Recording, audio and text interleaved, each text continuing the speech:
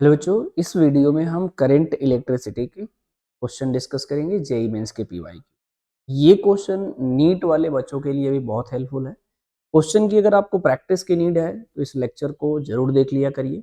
हम proper video provide कर रहे हैं, नंबर ऑफ क्वेश्चन ज़्यादा से ज़्यादा इस चैनल पर प्रोवाइड कर रहे हैं।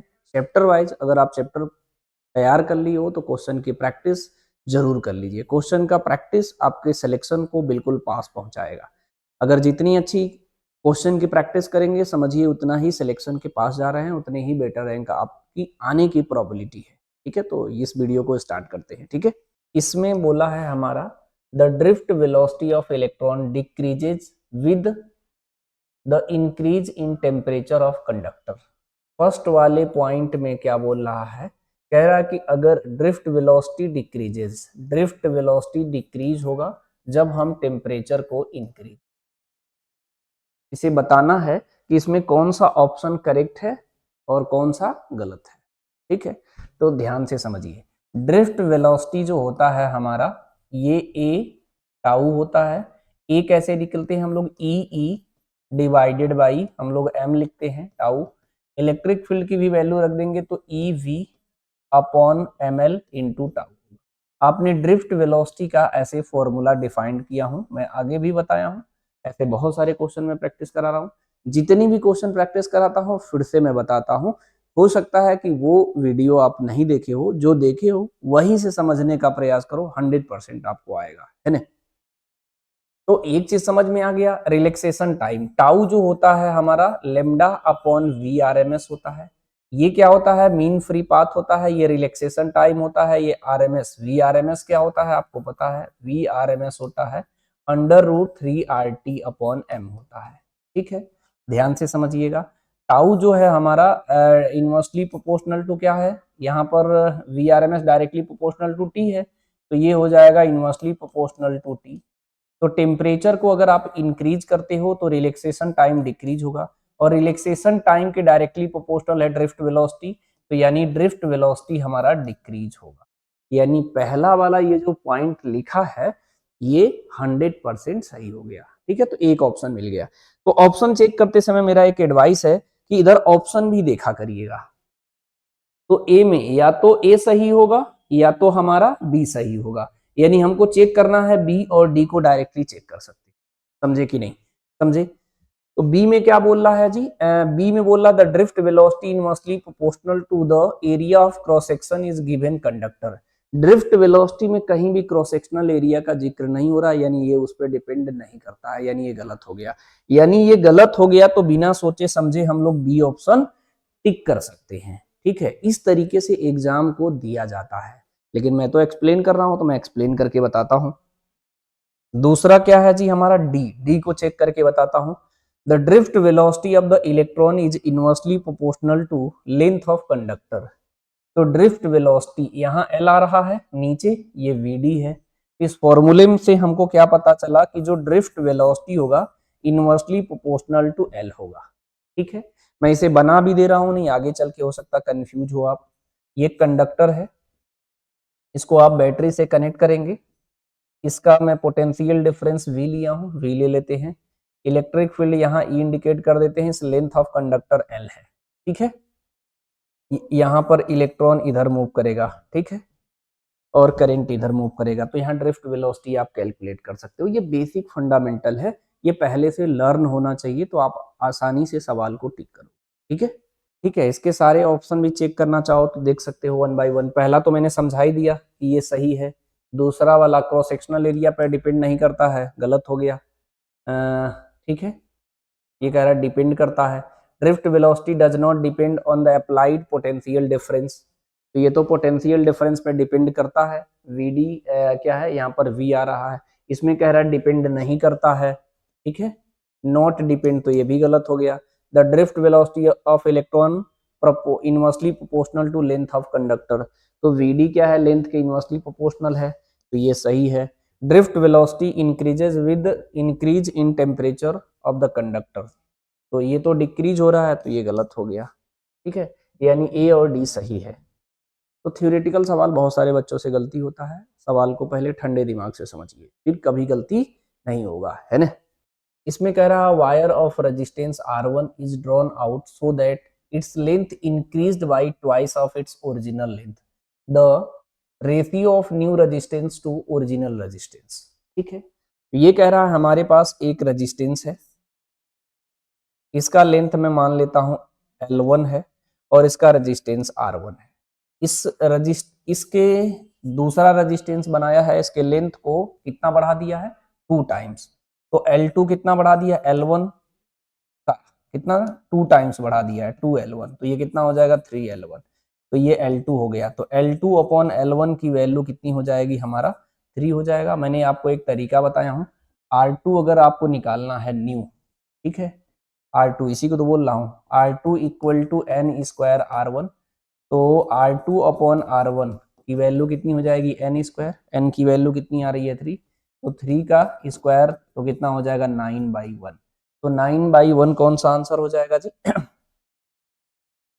फर्स्ट ऑप्शन करेक्ट हो जाएगा। ठीक है, इस सवाल को करते समय मैंने देखा हूं बहुत सारे बच्चे बहुत गलती करते हैं। क्या करते हैं, इसको ट्वाइस कर देंगे, यहाँ 2 का स्क्वायर कर देंगे तो 4/1 सी ऑप्शन टिक करके आ जाएंगे। एक बार क्वेश्चन को इसलिए करें, क्वेश्चन को पहले पढ़ने की हैबिट बनाइए। पता है आपसे बहुत सारे ऐसे सवाल गलत होते होंगे जो आपको आते हैं, बहुत इजी सवाल भी आपसे गलत होता होगा, फिर बाद में सोचते हो ये कैसे गलत हो गया।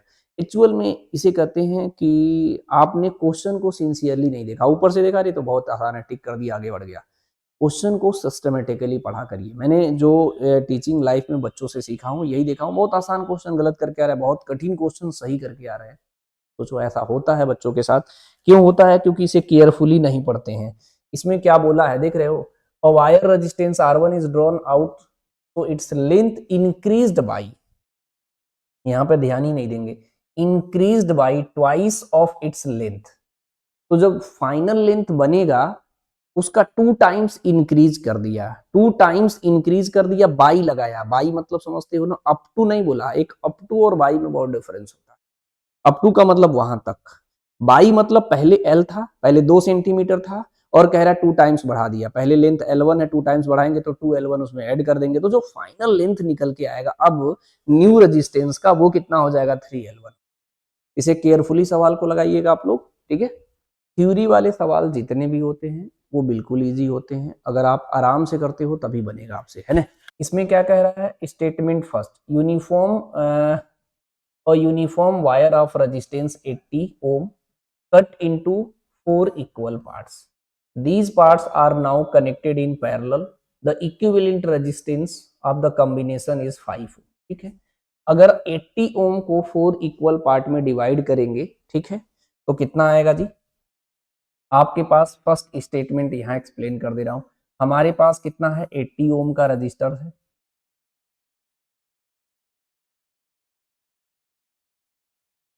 इसको अब 4 इक्वल पार्ट में कट करना है, 1 2 3 4 इक्वल पार्ट में कट करना है, तो इसका एक का रेजिस्टेंस कितना आएगा जी 80 डिवाइडेड बाई 4, इसे कट करेंगे तो 20 ओम आ जाएगा।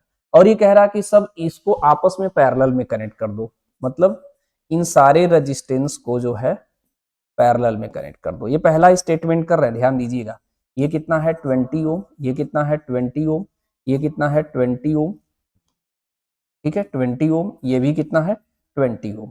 तो इसका आर इक्विवेलेंट निकालेंगे तो अभी मैंने तरीका बताया था कि 20 ओम है, सब सेम है, पैरेलल में कितनी बार ऐड कर रहे हैं 4 टाइम्स, तो 20 को 4 से डायरेक्ट डिवाइड कर दो तो 4 5 जा 20, ठीक है 4 5 जा 20 तो 5 ओम आ जाएगा, 4 5 जा 20 तो 5 ओम आ जाएगा। ठीक है, तो 5 ओम आएगा, यानी ये वाला स्टेटमेंट सही मिल गया आपको, ये वाला स्टेटमेंट बिल्कुल सही है, यानी ये स्टेटमेंट सही मिल गया। फिर दूसरा स्टेटमेंट हम लोग पढ़ेंगे। ठीक है, two resistors 2R and 3R connected in parallel, the electric circuit, the value of thermal energy developed in 3R and 2R will be। ठीक है, तो हमारे पास इस तरीके से रजिस्टेंस कनेक्टेड है, ठीक है, मेरी बात ध्यान से समझना, पैरेलल में कनेक्टेड है, तो मान लो इसको हमने कितना V वोल्ट दिया, इसका रजिस्टेंस मान लो 2R है, ये 3R है। H का फॉर्मूला क्या होता है I² RT, इससे भी लगा सकते हैं। V square T upon R इससे भी लगा सकते हैं, वी आई टी इससे भी लगा सकते हैं। देखो एक्चुअल में क्या है, लगा तो किसी भी से सकते हैं, बस ये चीज ध्यान दीजिएगा जिससे कम टाइम में लगे लगाने का उसी से प्रयास करिए। मैं तो सिखाते समय कभी कभी किसी भी मेथड से हो सकता है बता दिया हो लेक्चर में, लेकिन आप प्रैक्टिस करते समय ध्यान दीजिएगा उसी को फॉलो करो जिससे ज्यादा आसानी से सॉल्व हो।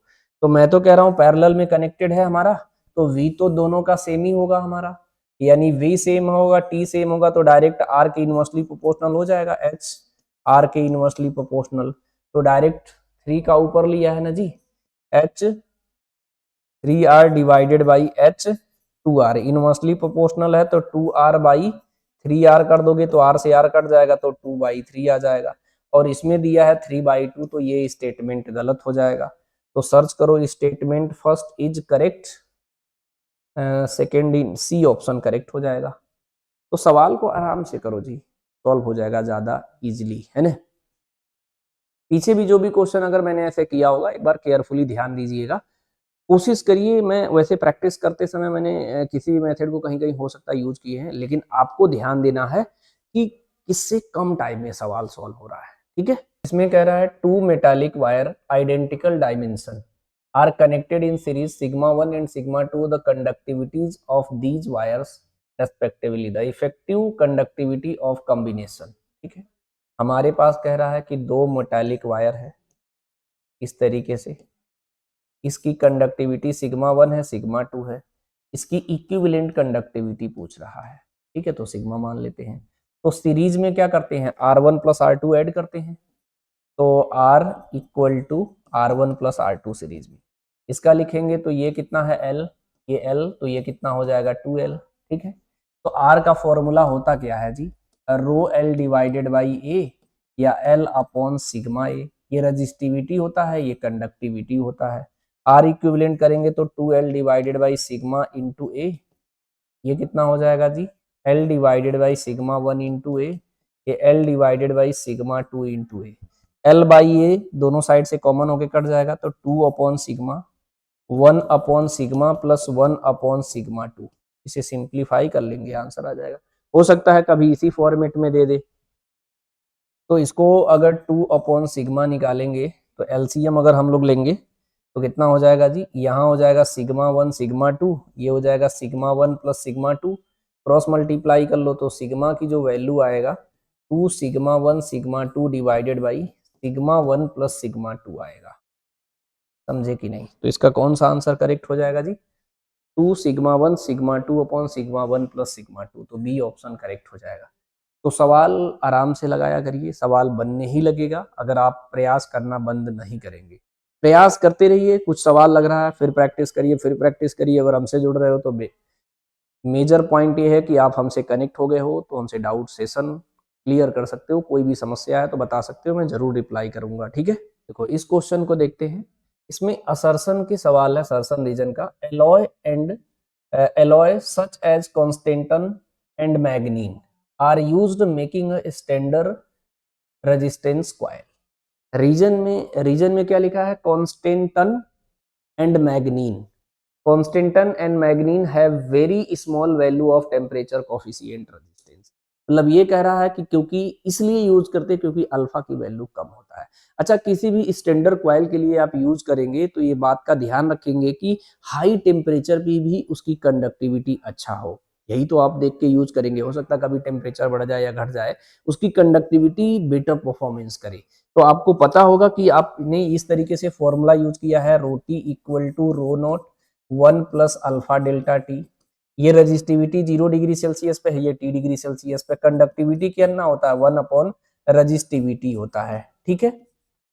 तो अगर अल्फा की वैल्यू कम होगा तो रजिस्टिविटी जो होगा हमारा टेम्परेचर बढ़ने पे भी थोड़ा कम बढ़ेगा, कम बढ़ेगा। अगर ये कम बढ़ेगा मतलब ये कम होगा तो कंडक्टिविटी ज्यादा होगा तो वो परफॉर्मेंस बेटर करेगा, यानी उसकी कंडक्टिविटी अच्छी होगी, इसीलिए उसे स्टैंडर्ड कॉइल रेजिस्टेंस में यूज करते हैं। यानी ये स्टेटमेंट ये भी सही है, ये भी सही है, और ये इसी की वजह से ऐसा होता है, यानी एक्सप्लेन भी कर रहा है। तो हमारा ऑप्शन जो है फर्स्ट ऑप्शन करेक्ट हो जाए। इसमें कह रहा है कि 1 metre long wire is broken into 2 unequal parts X and Y x part of the wire is stretched into another wire w, the length w is twice the length of x and resistance of w is twice that of y, find the ratio of length x and y। ये सवाल बिल्कुल basic fundamental का है, आराम से समझिएगा मेरे साथ। इसमें कह रहा है हमारे पास एक वायर है, ठीक है, ये 1 मीटर का है। ये कह रहा है इसे अनइक्वल पार्ट में कट कर दिया गया है, एक x और एक y। उसके बाद कह रहा है हमारा एक्स वाई पार्ट में कट हो गया है। उसके बाद कह रहा है कि the x part wire stretched into another wire, इसको जो है एक अदर वायर में स्ट्रेच कर दिया गया है जिसको W बोल रहा है। Length of W twice of length X, ठीक है, मतलब इसका लेंथ को अगर सपोज दैट मैं L मानता हूं, ध्यान से समझिएगा, तो इसका लेंथ L मानता हूं, इसका लेंथ L मानता हूं, तो इसका लेंथ कितना हो जाएगा 2L हो जाएगा। तो इसका रेजिस्टेंस अगर RW का निकालोगे तो ये कितना हो जाएगा N स्क्वायर हमारा RX हो जाएगा। N स्क्वायर भैया क्या होता है, N स्क्वायर अगर ये इसे L1 मानते हैं, इसे L2 मानते हैं, तो L2 अपॉन L1 तो कितना हो जाएगा 2L डिवाइडेड बाई L, तो 2 आएगा। इसको हम लोग N बोलते हैं। इस पे बहुत सारे क्वेश्चन मैंने आपको प्रैक्टिस करवाया हूं। तो यहाँ पे 2 का रखोगे, 2 का स्क्वायर कितना हो जाएगा 4RX हो जाएगा, ठीक है, ये हो गया RW, सिंपल सी बात। उसके बाद कह रहा है the length W twice the length of X, ये हो गया हमारा। The resistance Y is twice that of Y, ये कह रहा है जो रेजिस्टेंस RW है वो RY का ट्वाइस है। तो कह रहा है कि इसका लेंथ बता दीजिए, इसके लेंथ का रेशियो। अच्छा एक बात समझ में आता है कि ये वाला हम ये वाला डायरेक्टली यूज कर सकते हैं। इसको मान लेते हैं हम फर्स्ट, मैं तो एक्सप्लेन कर रहा हूं, आप डायरेक्ट कर लेना ये second. From first and second से ये RW की वैल्यू 2y है, ये RW की वैल्यू 4x है, दोनों को डायरेक्ट इक्वल कर लो तो ये हो जाएगा हमारा 4RX इक्वल टू 2RY। इसे कट करोगे तो 2 से कट जाएगा, ये हो जाएगा RX divided by RY equal to 1/2 हो जाएगा, ठीक है। और अगर सपोज दैट इसका लेंथ जो L1 माने हो, इसे लेंथ को L2 मान लो, तो क्या लिखोगे जी R, इसको इधर सॉल्व कर लेते हैं, rho L1 divided by A upon rho L2 divided by A equal to 1/2, सब तो कट ही जाएगा, rho upon A, L1 upon L2 की वैल्यू कितनी आएगी हमारा 1/2, यह LX upon LY divided equal to 1/2, 1/2 in the sense कौन सा ऑप्शन करेक्ट है हमारा बी ऑप्शन करेक्ट हो गया। कोई भी सवाल आप धीरे धीरे करोगे, हो सकता है इस सवाल को किसी और भी तरीके से भी कर सकते हो, सवाल बेसिक फंडामेंटल है, बस पता अप्रोच को धीरे धीरे इंप्रूवमेंट करते रहिए, सवाल लगाते रहिए, डेली सवाल लगाइए, किसी दिन गैप ना करिए कि हम 10 दिन से थ्योरी रिवाइज कर रहे हैं। सवाल की प्रैक्टिस हर दिन होना चाहिए, जितनी अच्छी प्रैक्टिस होगा अपने जीवन में उतना ही इंप्रूवमेंट आएंगे। ये पता है आपको सवाल लगाने से सिलेक्शन नहीं, आपके जीवन में भी इंप्रूवमेंट मिलेगा, क्योंकि आपको प्रैक्टिस किसी भी चीज का आपको परफेक्ट बनाने का प्रयास करता है। हो सकता है आगे आप फ्यूचर में जब डॉक्टर बनो या इंजीनियर बनो तो उसमें अगर प्रैक्टिस प्रैक्टिस कर करके उसमें भी परफेक्शन अचीव कर सकते हो, सबसे बेटर परफॉर्मेंस आपका कहा जाएगा और सबसे अच्छा पोस्ट पे आप जा सकते हो। इसलिए पढ़ाई करते समय बेफिक्र होके प्रैक्टिस करिए, जितनी ज्यादा प्रैक्टिस करेंगे उतना ही ज्यादा जीवन बेटर बनेगा आपका, है ना। इसमें कह रहा है two identical sales each of EMF 1.5 volt are connected in parallel across the parallel combination of two resistors each of resistance 20 ohm. A voltmeter connected in the circuit measure 1.2 volt the internal resistance of the each cell. Basic सवाल है ये भी, है ना। अच्छा किसी किसी में सर्किट बना दिया है, किसी में नहीं बनाया, नहीं जी, तो सर्किट बना के दिखाता हूं। ये कह रहा है कि 2 सेल है हमारे पास, का इंटरनल रेजिस्टेंस R है, ये पैरेलल में कनेक्टेड है और 2 एक्सटर्नल रेजिस्टेंस भी है, इसको भी ले लिया है और इस तरीके से पैरेलल कॉम्बिनेशन बना लिया है, ठीक है। इसका कितना है 1.5 वोल्ट है, ये R है 1.5 वोल्ट, ये R है, ये कितना है 20 ओम, ये कितना है 20 ओम, ठीक है। इसका जो है हम सब्स्टिट्यूट डायग्राम बना के आपको दिखाता हूं। इसको सॉल्व करने का तरीका मैंने आपको ऑलरेडी बताया हूँ, इस पे कई सारे क्वेश्चन आपको बताया। इसको कैसे रिड्यूस करते हैं, एक निकालते हैं ई इक्विवेलेंट। ई इक्विवेलेंट निकालेंगे तो कितना होता है, E1 upon R1 plus E2 upon R2 divided by 1 upon R1 plus 1 upon R2 का फॉर्मूला देखिए। इसमें क्या है, नेगेटिव पॉजिटिव यानी प्लस लगेगा। अगर इसी को उल्टा कर दोगे, पीछे मैंने प्रैक्टिस करवाया हूं तो यहाँ पे माइनस लगाना पड़ेगा। रेजिस्टेंस में नहीं माइनस करना, वो तो प्लस ही होगा। लेकिन ये तो सेम है, यहाँ पे रखो 1.5 divided by R, 1.5 divided by R, 1.5 divided by R, 1 upon R plus 1 upon R. 1 upon R यहाँ ऊपर से नीचे से कॉमन होके कट गया तो 1.5 प्लस 1.5 डिवाइडेड बाई 2, तो ये कितना हो जाएगा 3 डिवाइडेड बाई 2, तो फिर 1.5 वोल्ट आ गया। आर इक्विवेलेंट ये दोनों पैरेलल में है, तो आर इक्विवेलेंट निकालोगे, डायरेक्ट निकाल लेता हूँ, R into R divided by R plus R, ये कितना होगा आर इंटू आर, नीचे 2r, तो एक आर कट गया, ये आ गया r बाई 2। ये भी कैसा है जी, पैरेलल में कनेक्टेड है। इसको भी रिड्यूस कर लेते हैं। इसको सॉल्व करोगे तो कितना हो जाएगा 20/2, तो कितना हो जाएगा हमारा 10 ओम हो जाएगा। यही काम यहाँ भी करिएगा। कुछ मैं कर देता हूँ, कुछ को मैं डायरेक्ट बताता हूँ, क्योंकि लेकिन डायरेक्ट ही करने की प्रैक्टिस करना।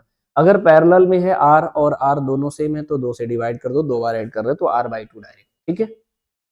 इसका सर्किट डायग्राम अब कैसे बनेगा जी, समझे, अब इजी है। ये कितना आया है r/2 आया है, 1.5 वोल्ट आया है, और ये कितना आया है जी 10 ओम आया है। कितना 10 ओम, सिंपल, समझे। अब इसमें कह रहा है कि हमारे पास जो है क्या कनेक्टेड था, a voltmeter connected in circuit to measure the potential difference, कितना दिया है a voltmeter connected in the circuit measure 1.2 volt, ठीक है। इसमें वोल्टमीटर लगा के पोटेंशियल डिफरेंस मेजर किया है 1.2, ठीक है। तो ये पहले भी लगा सकते थे, यहाँ पे कोई वोल्ट मीटर आप लगा सकते हो सर्किट में, ठीक है। ये कितना रीड कर रहा है जी 1.2 वोल्ट, सीधी सी बात, समझे कि नहीं, बोलो जी।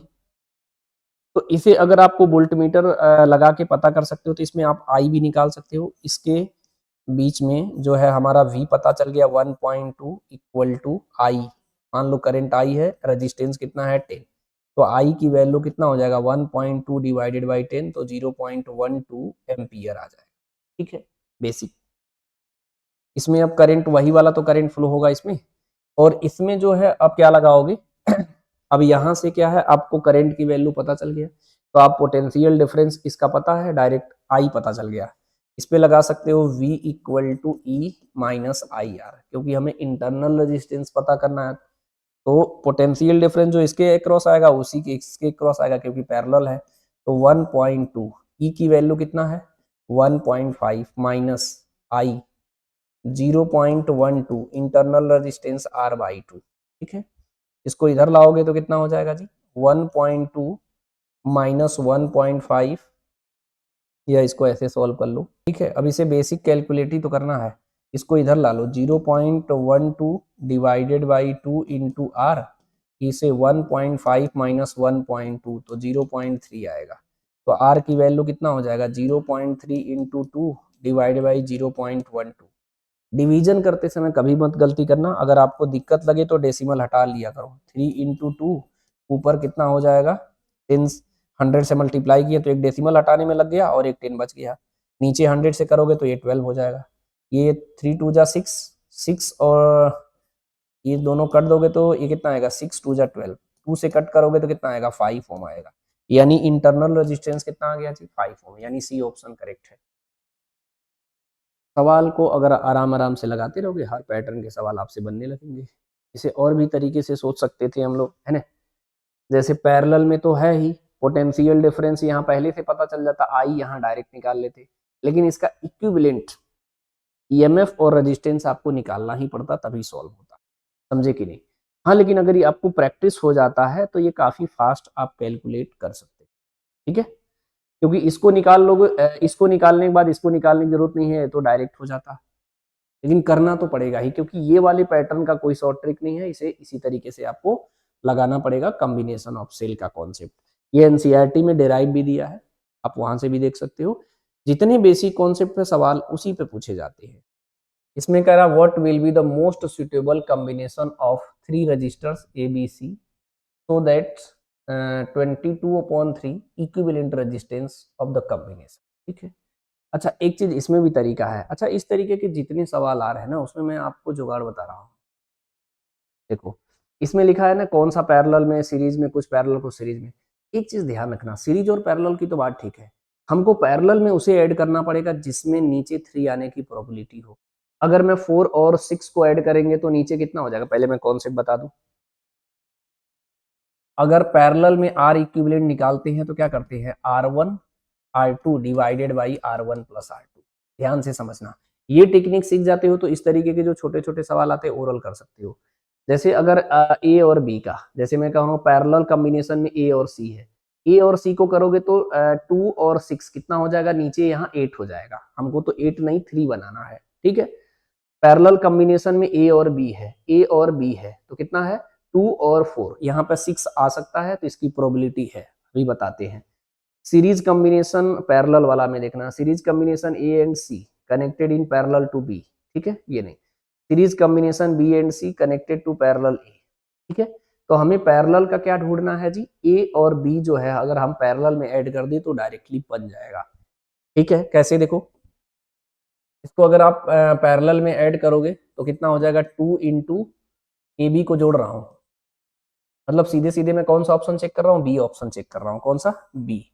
ए और बी पैरेलल है तो 2 इंटू 4 डिवाइडेड बाई 2 प्लस 4, तो 2 इंटू 4, ठीक है, डिवाइडेड बाई 6, इससे कट करोगे तो 4/3 हो जाएगा। 4/3 के सीरीज में कितना ऐड किया है, 6, तो प्लस 6 ऐड कर दो तो ये कितना हो जाएगा जी, 3 एलसीएम हो जाएगा, ये 4 हो जाएगा, ये कितना हो जाएगा 18, 18 और 4 कितना होगा 22 डिवाइड बाई 3। ठीक है, तो कौन सा ऑप्शन करेक्ट हो जाएगा, बी। अच्छा, प्रैक्टिस करते करते समय ये आ जाता है, अदरवाइज आप सारे ऑप्शन के हिसाब से चेक करना पड़ेगा। फिर भी आप ऐसे ना लगाइएगा, ऑप्शन से ही चेक करिएगा, मतलब सारे ऑप्शन से अगर आप चेक करेंगे तब भी आपका आंसर यही मिलेगा, लेकिन प्रोबेबिलिटी देखा करिए कि नीचे कौन से आने का चांस है, समझे कि नहीं। बोलो जी, खुद देखो, मैं एक बार करके दिखा दे रहा हूँ। पैरेलल कॉम्बिनेशन में ए और सी कितने हैं, सीरीज में कनेक्टेड है, ए और सी, कौन जी, ए और सी, तो ये कितना हो जाएगा हमारा 2 इंटू 6 डिवाइडेड बाई, ये कितना हो जाएगा 8, इसको कट करोगे तो कितना आ जाएगा 4, तो ये हो गया हमारा 6/4। 6/4 में अगर आप ऐड करोगे ये कितना, बी को क्या है सीरीज में ऐड करो, सीरीज में ऐड करो, उसके बाद इसी में ऐड कर दो 4 को, तो 4 को ऐड करोगे तो कितना हो जाएगा 6 प्लस 16 डिवाइडेड बाई 4, समझे, तो ये कितना हो जाएगा 22 डिवाइडेड बाई 4, समझे कि नहीं। मतलब हमारे कहने का मतलब ये है, आप ऑप्शन से चेक कर लेना, आएगा यही। ठीक है, अब मान लो किसी और को भी चेक करना है तो कर सकते हो। ठीक है, ठीक है, इस क्वेश्चन को ऑप्शन से ही चेक करना। अगर आप प्रैक्टिस कर रहे हो तो सारे ऑप्शन को एक बार लगा लेना, बाकी ऑप्शन गलत हो जाएगा, यही वाला करेक्ट होगा। लेकिन धीरे धीरे प्रैक्टिस करना है कि आने की चांसेस किसका ज्यादा है, तो कम टाइम में सॉल्व। ठीक है, इसमें क्या कह रहा है, an aluminium wire an aluminum wire is stressed to make its length 0.4% larger, the percentage change in the resistance। ठीक है, इसमें लेंथ में जो है कितने परसेंट का, मान लो L1 कितना है हमारा L, L2 में कितने परसेंट का चेंज किया है जी, लार्ज कितना लिया है 0.4%, समझे कि नहीं। L2 जो है हमारा L1 plus L1 into 0.4 divided by 100, ये आएगा। 4% लार्ज लेना है किससे, L1 से। ठीक है, तो इसका मैंने आपको तरीका बताया क्या जी, कि R2 को अपॉन R1, यहाँ से सॉरी इसे L2 अपॉन L1 करेंगे हम लोग, तो ये L1 यहाँ से कॉमन के डिवाइड कर लिया, ये कितना हो जाएगा 100.4 डिवाइडेड बाई 100, और इसी को हम लोग n बोलते हैं। ठीक है, इसमें हम सॉल्व करते हैं तो मैंने परसेंटेज चेंज निकालने का तरीका बताया था, n स्क्वायर माइनस 1 इंटू 100 कर दो, डायरेक्ट आंसर आ जाएगा। ये हो जाएगा 100.4 डिवाइडेड बाई 100 का होल स्क्वायर माइनस 1, ठीक है, इंटू 100। इसको सॉल्व करोगे तो कितना आएगा, 0.8%, 0.8% आएगा। कैलकुलेट करिएगा आप, ठीक है। हम ये कहना चाह रहे हैं कि जब भी हमेशा यही सवाल लगाने के लिए मैं यही तरीका लगाने का एडवाइस करता हूँ, लेकिन जब इतना कम परसेंटेज है तो डायरेक्टली आप इसे कर सकते हैं, आंसर पे कोई फर्क नहीं आएगा। लेकिन यही 20%, 30% या 40% इंक्रीज किया हो तो आपको इसी तरीके से ही लगाना पड़ेगा। मैं जो बताने जा रहा हूँ उसे बिल्कुल, जब कम परसेंट हो, जैसे 0.4% का अगर चेंज है तो आप ऐसे लगा सकते हो।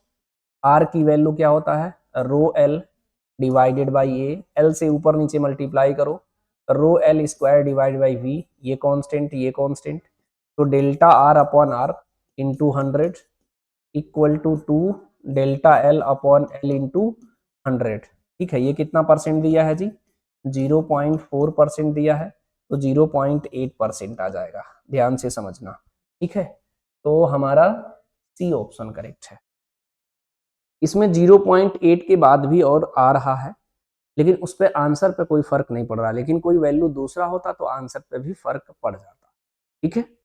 इसमें कह रहा था equivalent resistance between the points A and B is given network. A और बी के बीच में इक्विवेलेंट रेजिस्टेंस कह रहा है, तो इसे आपको कैलकुलेट करना पड़ेगा, ठीक है। कैसे, देखो अब वो तरीका यहाँ पर काम आएगा। अगर ये हमारा सीरीज में है, ठीक है, तो डायरेक्ट कितना हो जाएगा, 2 से मल्टीप्लाई करोगे तो कितना आ जाएगा, 10। अब ये 10 और ये 10 पैरेलल में है, तो जब इसको सॉल्व करोगे, इस 10 को मैं इसको वो ले रहा हूँ, ध्यान देना, इसको ले रहा हूँ मैं, तो ये कितना आ जाएगा, 2 से डिवाइड करोगे तो 5 आ जाएगा। फिर ये 5 इसके साथ सीरीज में आ जाएगा तो कितना आ जाएगा, 10 आ जाएगा।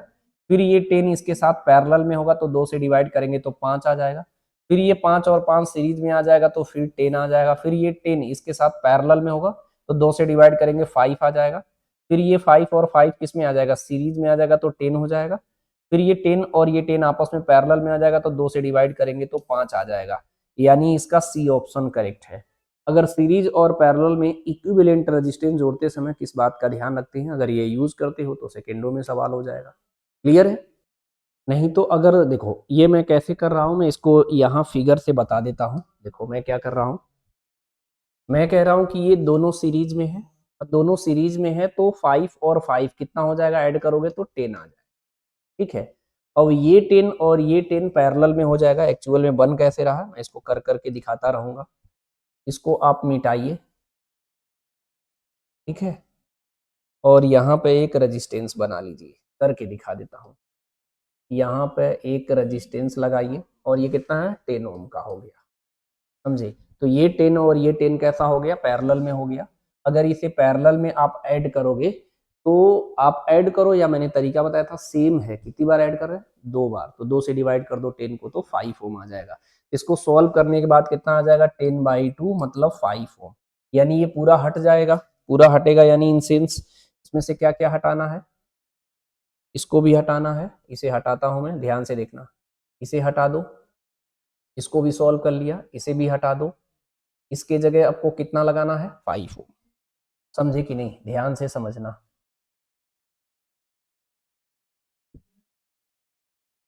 तो इसके जगह आप रेजिस्टेंस लगाओगे ऐसे, देखो इन दोनों को सॉल्व किया हो तो कितना आया, 5 ओम। तो इसे हटा के यहाँ पर क्या कर लोगे, 5 ओम कर लोगे।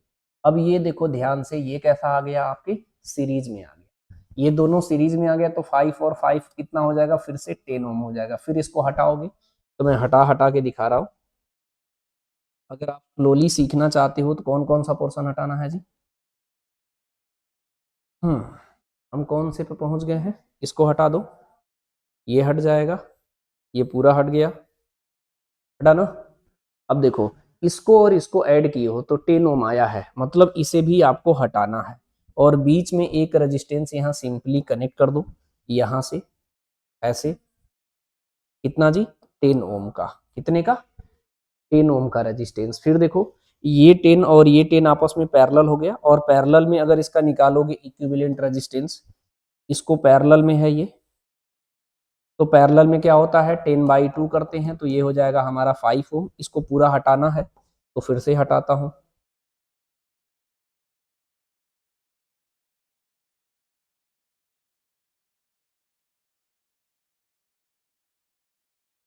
ध्यान से देखना, ये 10 और ये 10 हटाओगे तो ये हमारा 5 बचेगा, यानी इस 10 को भी हटाना है, यहाँ पर कितना लगाना है, यहाँ पर लगाना है आपको 5 ओम।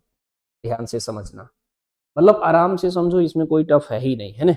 ये 5 और 5 कितना है, सीरीज में है, देखो ये सीरीज में है तो कितना हो गया, 10 ओम हो गया। अब 10 ओम हो गया तो अब इसको हटाओगे तो ये पैरेलल में 10 कर दोगे, तो इस बार क्या हटाना है जी,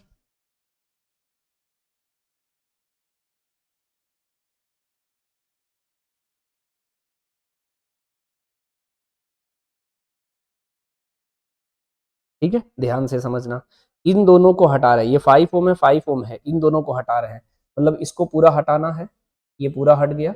यहाँ पर एक नया रेजिस्टेंस मैं बना लेता हूँ, यहाँ पे ऐसे, ये कितना आ गया हमारा जी, 10 ओम आ गया, आया। फिर इसके बाद अगर इसे देखोगे तो ये दोनों कैसा आ गया, पैरेलल में आ गया, पैरेलल में आ गया हमारा, तो ये कितना हो जाएगा जी हमारा, ये जो हो जाएगा हमारा 10/2, तो कितना हो गया हमारा, 5 ओम हो गया। अब ये 5 ओम और ये 5 ओम कैसा हो गया हमारा सीरीज में, तो 5 और 5 10 हो गया, फिर लास्ट में फिर आपस में कैसा हो जाएगा, पैरेलल में हो जाएगा, समझे। तो पैरेलल में हो जाएगा तो ये कितना हो जाएगा, 10/2 करोगे लास्ट में तो फिर 5 ओम आ जाएगा, है ना। तो ये हमारा आंसर कौन सा करेक्ट है, सी। एक्चुअल में क्या है ना, इस तरीके के सवाल को ओरल प्रैक्टिस करने का प्रयास करना बहुत हेल्प रहेगा। देखो 5 और 5 10, और 10 को 2 से डिवाइड करो 5, 5 और 5 10, फिर 10 और 10 2 से डिवाइड करो 5, फिर 5 और 5 10, और 10 और 10 फिर 2 से डिवाइड करो 5, और 5 और 5 10, फिर इसमें 10 में ऐड करें 2 से डिवाइड करेंगे 5, तो रिजल्ट 10, इक्विवेलेंट रेजिस्टेंस वो 5 ओम आ गया, बेसिक है।